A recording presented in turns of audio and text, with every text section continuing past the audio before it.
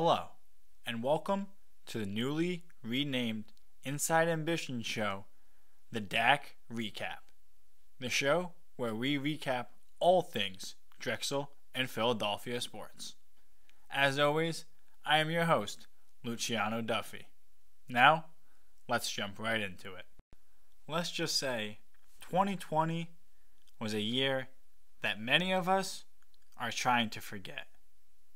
But wait, before you go and totally bury 2020, let's recap some of the sports that were eventually played in 2020 by your Drexel Dragons. First up, let's cover the Dragons that call the DAC their home, our men's and women's basketball teams. The men's basketball team finished with a record of 14-19, good enough for 8th in the Colonial Athletic Association Conference Championship. Sophomore Cameron Winter led the Dragons in scoring, assists, and steals and was able to secure a spot on the CAA All-Second team. Forward James Butler led the team in both rebounds and blocks and was named to the CAA All-Third team, as at some points in the season he was ranked number 3 in the country for double-doubles. In the conference tournament, the Dragons were able to beat the UNCW Seahawks by a score of 66-55 to get into the tournament. They were able to come out on top thanks to the 3-point scoring, as they were able to torch the Seahawks by shooting 43% from downtown. Unfortunately, this was as far as Drexel was able to go, as they lost in the second round to number 1 seeded Hofstra. So far on the new 2020-2021 season, the Dragons are 5-4, and that's good enough for 9th in the conference. 2020 was the year that the women's basketball team roared.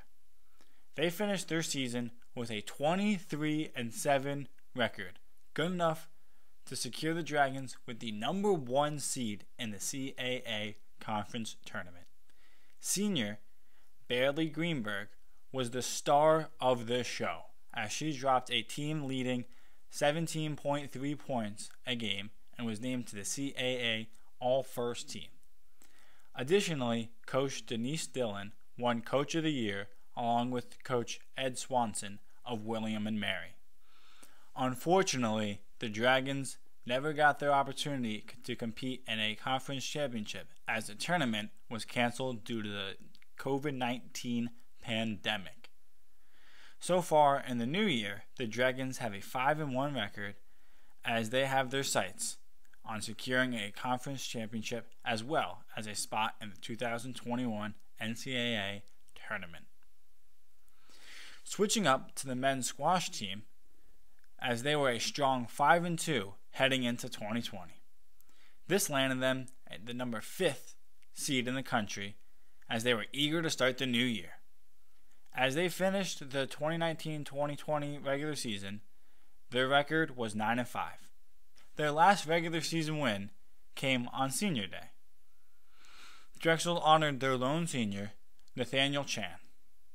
Heading into the postseason, the Dragons found themselves number 6th in the country. In the Mid-Atlantic Squash Conference Championship, Drexel lost to number 14th Franklin and Marshall in the semifinals. They were able to bounce back and beat number 12 George Washington 5-4 to secure 3rd place. The Potter Cup wasn't as forgiving. Drexel lost 3 straight matchups to Harvard, Rochester, and Yale, who were ranked number 1, number 5, and number 6, respectively.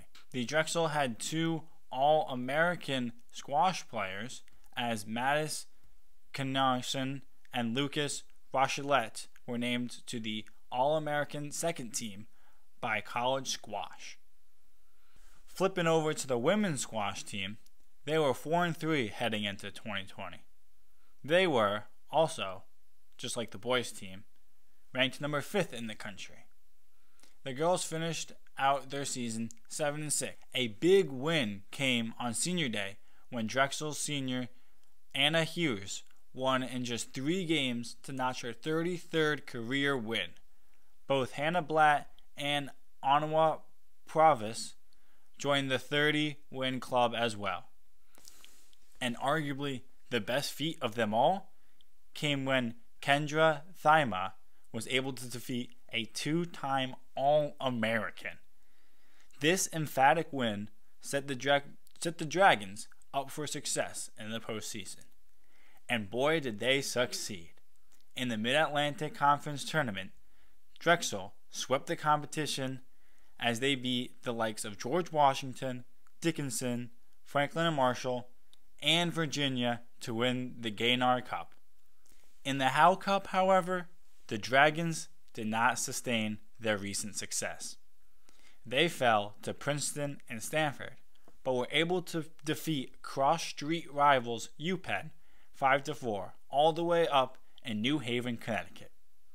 I heard they have pretty good pizza down there. In the world of tennis, the boys' tennis team was on a red-hot tear as they were 5-1 heading into the COVID break period. This hot streak helped them net an overall 7-5 record. Sadly, 8 matches in their 2019-2020 season had to be canceled.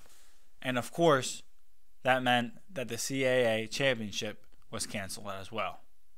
Senior Alvaro Charamero finished his Drexel career with more wins at 17 in the double spot, but a better win ratio in the single spot with a record of 13-6. Drexel's other senior, Joseph Lamu, was able to hit the 50-win mark in 2020 for singles, as well as notched a 45-30 doubles record.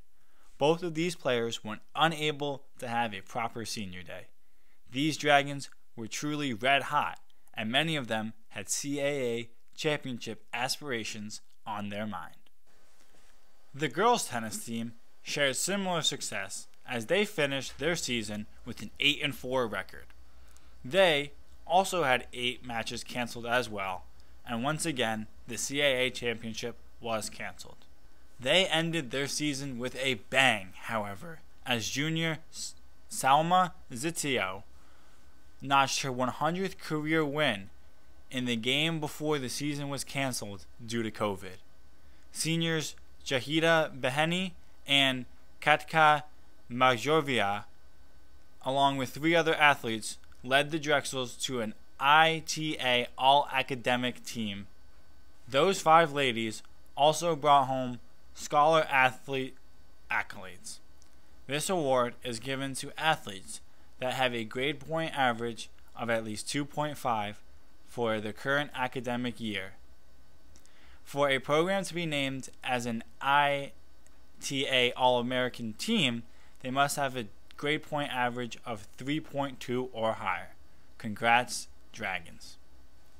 As for the softball team, they were only able to play 10 games before their season was canceled due to the pandemic. The Dragons were able to go for a 4-6 record in those games, as senior Linda Rush led the offense, hitting 4 home runs as well as hitting 9 RBIs.